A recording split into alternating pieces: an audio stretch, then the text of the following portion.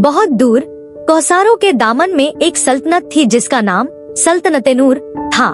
इस सल्तनत पर शाह अदनान हुकूमत करते थे, लेकिन महल की असल रूह उनकी बेटी शहजादी ज़ारा थी। ज़ारा हुस्न में बेमिसाल और दिल की इतनी नरम थी कि उसकी मौजूदगी से मुरझाए हुए फूल भी खिल उठते थे। लेकिन उसकी एक अजीब बात थी, वह हमेशा सूरज की रोशनी से कतराती थी और उसे चांदनी रातों में दरख्तों के गहरे सायों में सुकून मिलता था। उसके इस रवैये की वजह एक राज था जो सिर्फ शाही खानदान जानता था।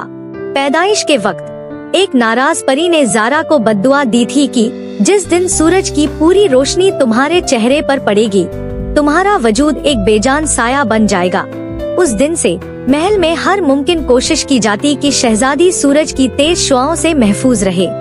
ज़ारा को अपनी इस हालत का दुख तो था, मगर उसने इसे अपनी कमजोरी नहीं बनने दिया। वह जानती थी कि उसकी दुनिया महदूद है, मगर उसने इसी महदूद दुनिया में खुशियाँ तलाश कर ली थी। उसे जानवरों से प्यार था, वह कहानियाँ पढ़ती और तस्वीरें बनाती थी। दूसरी तरफ इसी सल्तनत की सरहद पर वादी-ए-साया नामी एक पुरस्कार इलाका था, जहाँ के लोग जादू और वहम पर यकीन रखते थे। इस वादी का सरदार एक नौजवान था जिसका नाम काइन था। काइन एक ताकतवर लेकिन तन्हा शख्स था। एक दिन शहजादी ज़ारा का पालतू हिरन डरकर जंगल की तरफ भाग गया और वादी-ए-साया में दाखिल हो गया। ज़ारा अपनी बद्दुआ को भूलकर उसके पीछे भाग पड़ी। अचानक उसका पांव फिसला और वह एक गहरी खाई में गिरने ही वाली थी कि दो मजबूत हाथों ने उसे थाम लिया। जब ज़ारा ने नजर उठाई तो सामने काइन खड़ा था। उसकी आंखों में एक अजीब सी कशिश और चेहरे पर हैरत थी। उसने आज तक इतनी खूबसूरत लड़की नहीं देखी थी। तुम यहाँ क्या कर रही हो? मेरा हिरन खो गया है, ज़ारा ने डरते हुए जवाब दिया। काइन कुछ देर उसे देखता रहा, फिर बिना कुछ कहे उसने सीटी बजाई और चंद ही लम्हों में उसके लोग हिरन को लेकर आ गए। ज़ारा ने शुक्रिया अदा किया और महल की तरफ जाने लगी, लेकिन इस एक मुलाकात ने काइन के दिल में एक अजीब सी बेचैनी पैदा कर दी थी। वह अक्सर छुपकर महल के करीब आने लगा, सिर्फ ज़ारा की एक झलक देखने के लिए। वह देखता कि कैसे वह सायों में रहती है, कैसे वह रोशनी से बचती है। एक रात वह हिम्मत करके उस बाग में पहुंच गया जहां ज़ारा चांदनी में बैठी थी। तुम सूरज से इतना क्यों डरती हो? काइन ने पूछा। ज़ारा चौंक गई, लेकिन उसके लहजे में कोई खतरा महसूस न होने पर बोली, क्योंकि सूरज मेरी किस्मत का दुश्मन है। उस रात ज़ारा ने उसे अपनी बद्दुआ का राज बता दिया। काइन यह सुनकर खामोश हो गया। पहली बार उसे किसी के लिए हमदर्दी महसूस हुई। मैं तुम्हारी मदद करूँगा। काइन ने वह फूल लाने का वादा किया और एक खतरनाक सफर पर निकल पड़ा।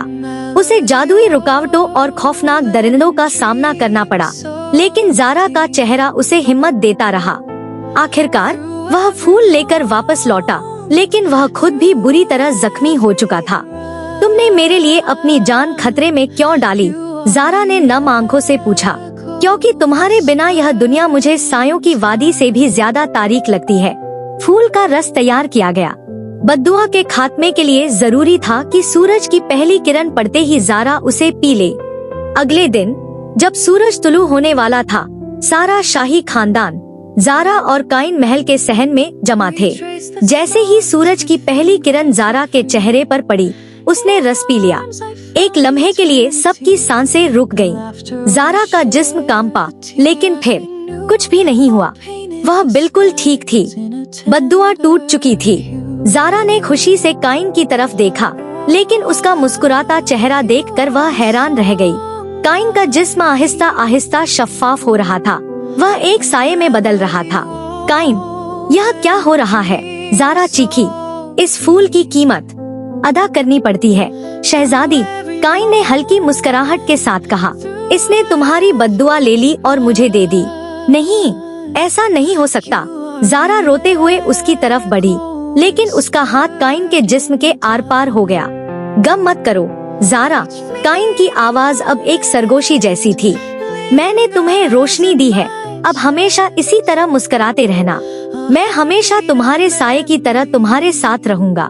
और इससे पहले कि ज़ारा कुछ कहती, काइन का वजूद जमीन पर फैले एक लंबे खामोश साये में बदल गया और ज़ारा के कदमों से आ मिला।